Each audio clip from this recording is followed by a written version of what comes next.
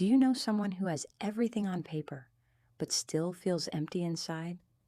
Someone who wakes up every morning wondering if this is all there is to life? Maybe that someone is you. You have the job, you pay the bills, you check the boxes, but somewhere along the way, you stopped feeling alive. You started going through the motions, waiting for something to click, for some grand revelation to tell you what you are supposed to be doing with your one precious life. You are not broken, you are not lazy, and you are definitely not alone.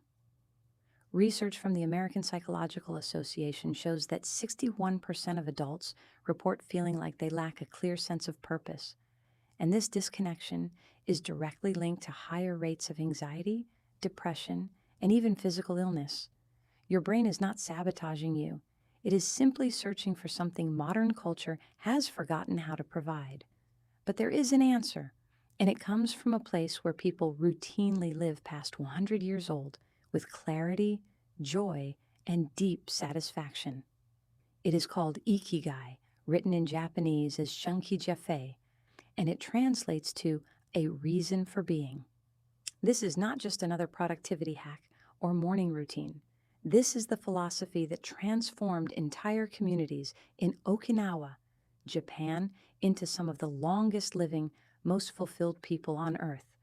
And here is what makes it revolutionary. Science is now proving what the Japanese have known for centuries. Your sense of purpose is not something you find. It is something you build, one small decision at a time. I am Dr. Hannah, a relationship coach with 22 years of experience helping people heal, grow, and improve their relationships. I also research Japanese self-care methods to support modern research on well-being. And what I have discovered is this: Ikigai is not a destination. It is a practice. Let me show you how to build it. The word Ikigai emerged from post-war Japan, specifically from the island of Okinawa, where researchers were baffled by the population's extraordinary longevity and life satisfaction. They discovered something remarkable. These people were not successful by Western standards. They were not wealthy. They did not have prestigious careers. But they had something far more valuable. They had Ikigai. They had a reason to get up in the morning. The philosophy breaks down into 4 overlapping questions, and the intersection of these 4 elements creates your Ikigai. What do you love?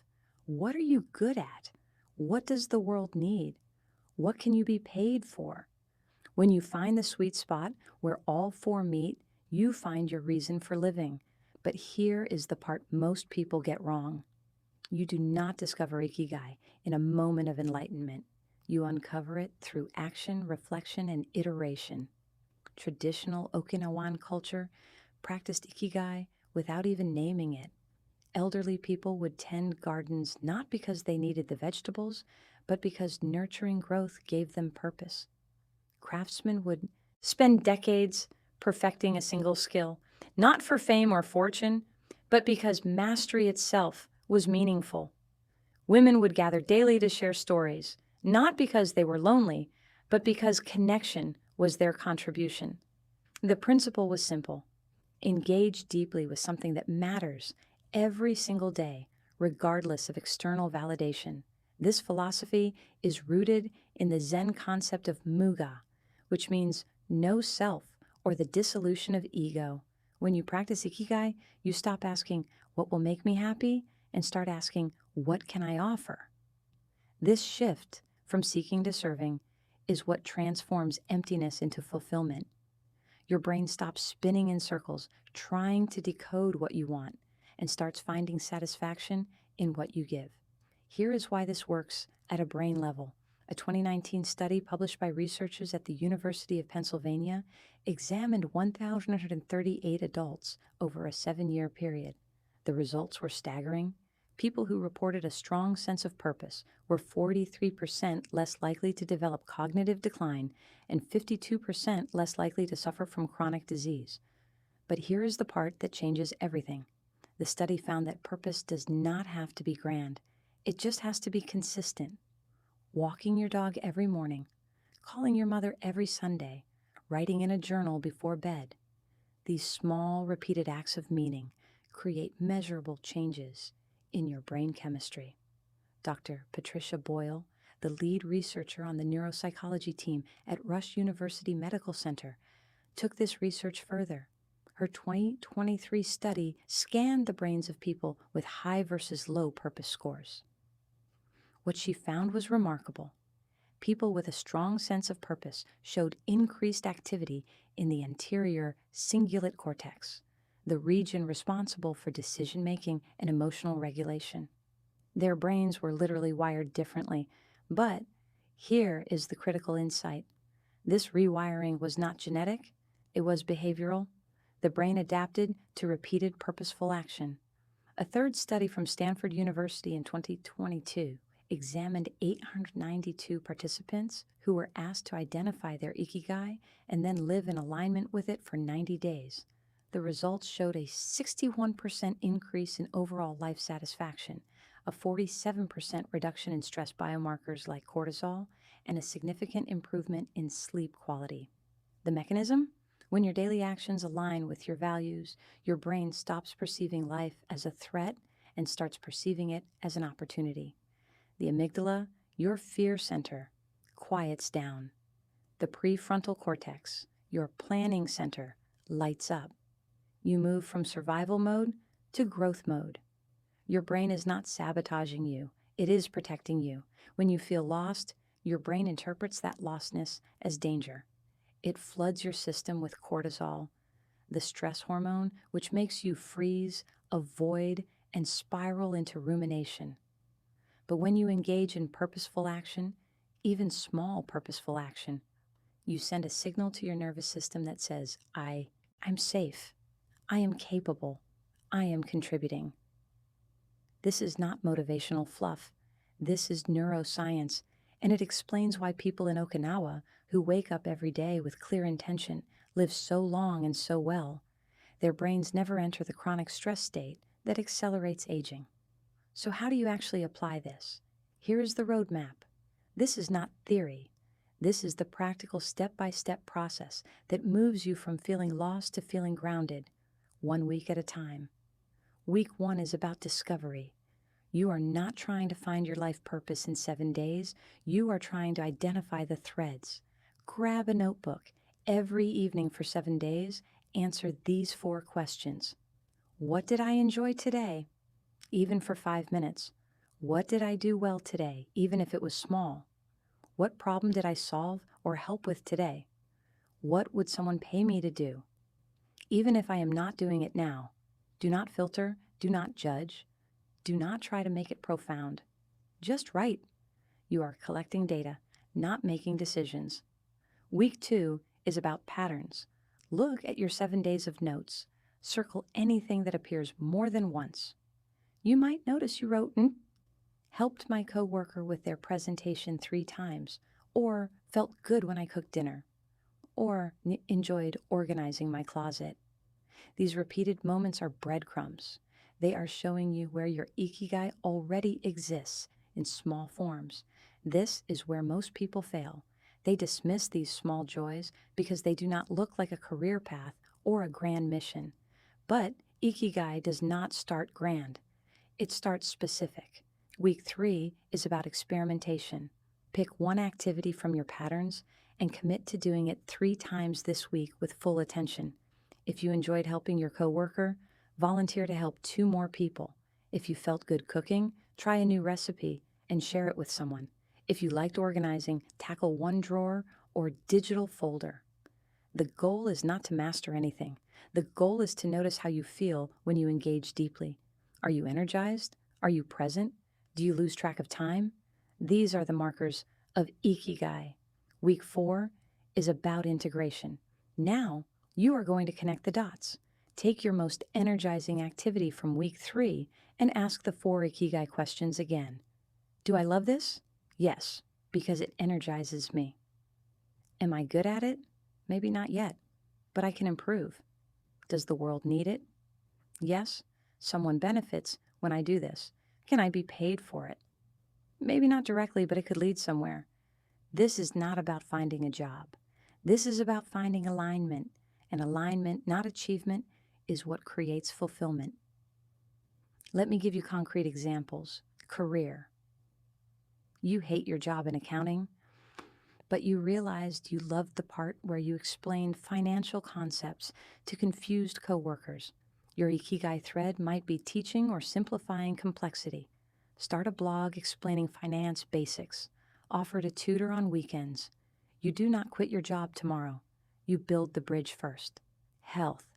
You realized you felt alive after your morning walks, not because of the exercise, but because you had time to think. Your Ikigai thread might be reflection or solitude. Protect that walk like it is a board meeting. Make it non-negotiable. Relationships. You noticed you felt most connected when you asked your partner about their day and actually listened. Your Ikigai thread might be presence or support. Set a timer for 10 minutes every evening. No phones, just conversation. Finances. You realized you felt proud when you saved $50 instead of spending it. Your Ikigai thread might be discipline or stewardship. Open a separate savings account. Name it after a goal. Deposit $10 every week. Watch it grow. Here is the key. Set a timer for 5 minutes, not 30. Commit to 3 times per week, not every day. This is where most people fail. They think transformation requires intensity. It does not. It requires consistency. Intensity burns out. Consistency compounds. You are not trying to revolutionize your life.